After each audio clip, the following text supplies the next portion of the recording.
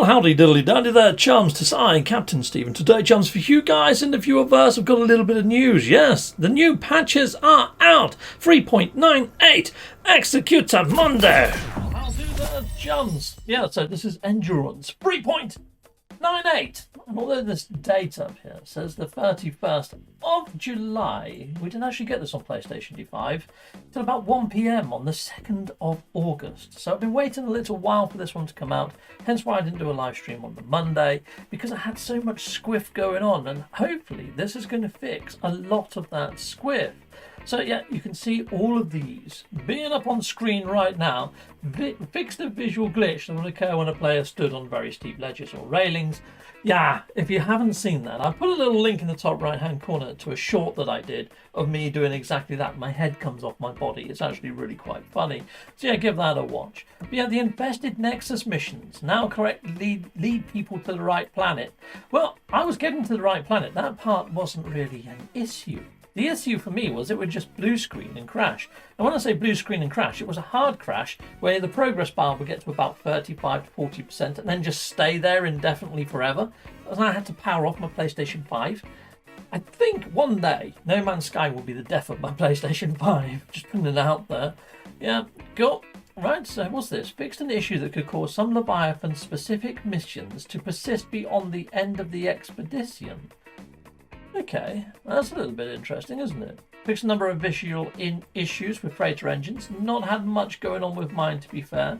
Improved the messaging during the combat at the Sentinel Pillars during the Nexus mission. Again, I've tried running those Sentinel missions, and I've had all sorts of manner of problems to the point where I was running it with people, and they kept dropping out of the group. In the end, we just abandoned it because it was just ridiculously crazy trying to keep everybody in the group. Okay, I saw that. I may have to try that one solo. Okay, fixed a number of collision issues with freighter bases. It doesn't say what those collision issues are. Now, one for me is trying to put old wall parts on the new walls of freighters. Considering we've got all these lovely new posters and decals, you'd think they'd sit quite swimmingly to the walls. No, they float above the walls, and it's really squiffy. So I want to test to see whether maybe I can put the mechanical arm on or some posters and see whether they sit pretty, but have a look at that. Fixed a case where freighter rooms with ladders could prevent other base parts from being powered. I didn't actually experience that issue myself. Fixed an issue that prevented players from building inside another player's freighter base, even with the correct multiplayer permissions turned on. Didn't really test that, to be fair, didn't know that was an issue. Fixed a collision issue that allowed players to become stuck when jetpacking into the freighter bridge teleporter. Didn't occur to me to even try that. Fixed an issue caused some NPCs to give dialogue from the wrong quests the first time they were interacted with. Oh, that might have been some of the issue that we had with maybe the Sentinel one, I don't know. But it was a while since I tried it on the first day. Starships can no longer be purchased or exchanged while your current ship is being salvaged to present issues where inventories and stats of your current ship were displaced. I wonder if that's gonna bar up any of these god tier type ship things that people do out there in the verse. Okay, placing a ladder in a freighter now automatically adds a room above it. I might have to give that a test in the video. Heck yes. Fix an issue that caused NPC ships labels to have incorrect pilot names in pirate stations. Didn't notice. Fixed an issue that prevented freighter upgrades related to a frigate speed and fuel usage from working correctly. Again, I didn't notice that. Fixed an issue that prevented Viking base shapes customization from being available from the appearance modifier. Wow. Okay. Well, I started the expedition as a Viking, and one of the first things I did is change it from a Viking to a traveller or anomaly. Fixed an issue that prevented organic frigates from making contact if discovered in uninhabited systems. Right. So I've had a lot of comments from people out there in the viewerverse saying that when I pull in an organic frigate, it just doesn't speak to me, or if it does, it comes up with some janky text like code text. Looks like that might be fixed. Try again, people that had that issue. Fixed an issue that prevented summoning a freighter immediately after acquiring a new organic frigate.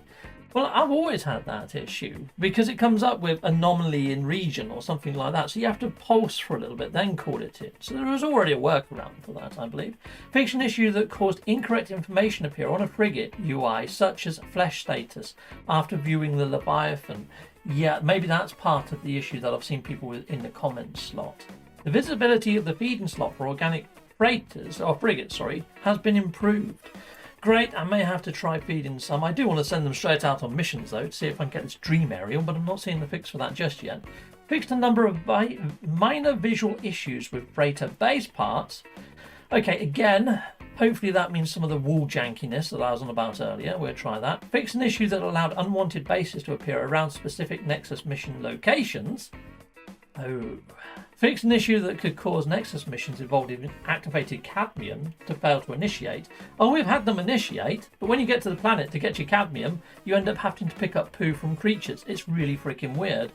The visuals of the freighter nutrition room have been improved. Ooh, have they really? We'll have to check that one out. Heck yes. 2 additional freighter base parts have been added. Internal staircase and set of exterior stairs. Heck yes, so we can make an upstairs. We'll be doing that as well. Fixed a number of shadow casting glitches on freighter exterior bases. Cool. Fixed a rare case where players could not receive a dream aerial from fleet missions after a mission was totally destroyed or after adjusting the system clock. Right, well, I know that I didn't adjust my system clock and none of my missions actually failed, so I still don't think they've got the root cause on that one. So, yeah, righto. I actually installed this update momentarily ago and I had a blue screen almost immediately afterwards trying to boot the game up. It's booted now, but the first boot, it blue screened on me. Fixed a number of PlayStation 4 specific crashes. There's still some in PlayStation 5. Hello, games. There we go. Let's get back into game and let's get testing some of this stuff, shall we? Okay, well, let's go and unlock those ladders, shall we? So go to this little sort of like squashed armadillo plate that you find in the center console of your freighter, and you should be able to purchase those stairs for salvage frigate modules. And you get salvage frigate modules. How? There's a video in the top right hand corner. Go hit that one up if you need to find out, but there's a couple of ways. Anyhow, let's go and build these new swanky staircases at the opposite end of my corridor by my man cave. I'm going to put an exterior one here. Okay, yes, because that's going to be majestically awesome. Or shall I go interior? Exterior. Yeah, so we can see the stars. Right, so now I just need to add a door onto there, don't I? So, doorway. There we go. And we're going to stick that right there. Oh, it's not letting me. Okay, it's because I've got a window there, isn't it? Okay, well, we'll delete the window, and now we should be able to put in the door. Lovely. I want to change the colour of that, though. I want it black and red, or else it look janky and out of place. Boom! Dilly done! Okay, right, now we can head on out. Oh, stairs. We've got stairs. It looks a little bit like the London Underground. That's frickin' steep, isn't it? Yes, it's like double room height. I suppose it has to be, though, doesn't it?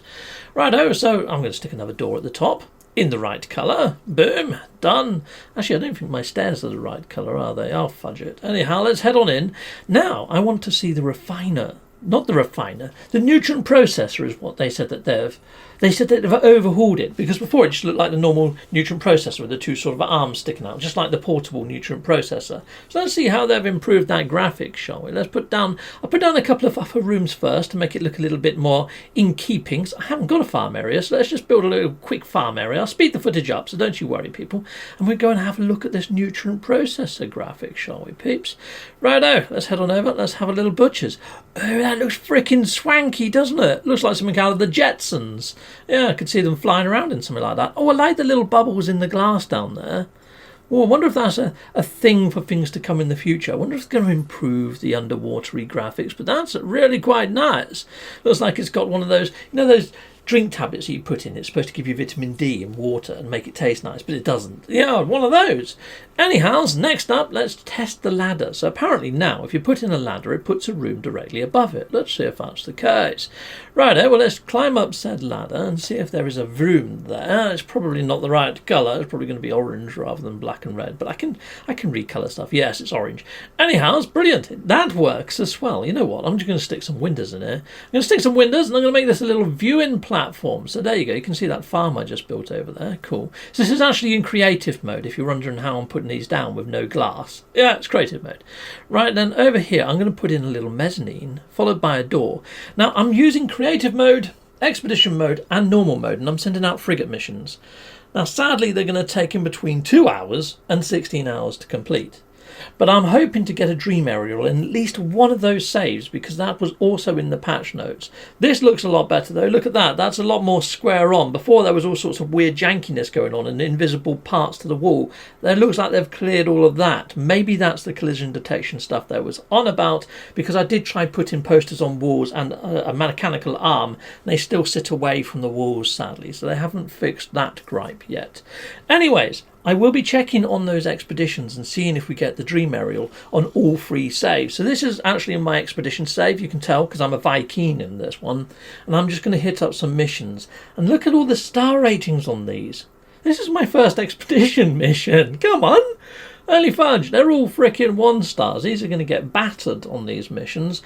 Oh well, okay, cool. Well, they're going to come back damaged or dead, one or the other.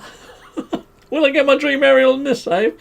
Probably not. But like I say, I've done normal as well. I've done my creative save. So hopefully one of them is going to be successful in getting the dream aerial. So I give you a progress update once I've got one. So keep locked in and tuned in, especially if you've got that dream aerial problem. Or let me know in the comments whether your dream aerial has now magically appeared after this patch. But I'm wondering whether they got the root cause right. Because like I say, I didn't cancel my mission. And none of my missions failed. So I honestly don't think that's the root cause. And if they haven't got the root cause, then have they got the fix? You know what I mean? I've done problem management in my life. I know how it works. Anyhow, back to Captain Steve in the old studio, I think. Unless there's anything else to test. Is there anything else to test? Oh, yes. Okay, well, you know what? I've hit up a manual save. So some people in my comments have said, Captain Steve, try cancelling off a mission, because I cancelled a mission. I actually got my dream aerial from cancelling a mission. So I'm just going to try cancelling this one, because I've made a save, so I can just turn it straight off if it doesn't work, or reload my last manual save. So I've just cancelled the mission, doing the debrief. Some people have got the dream aerial doing it this way.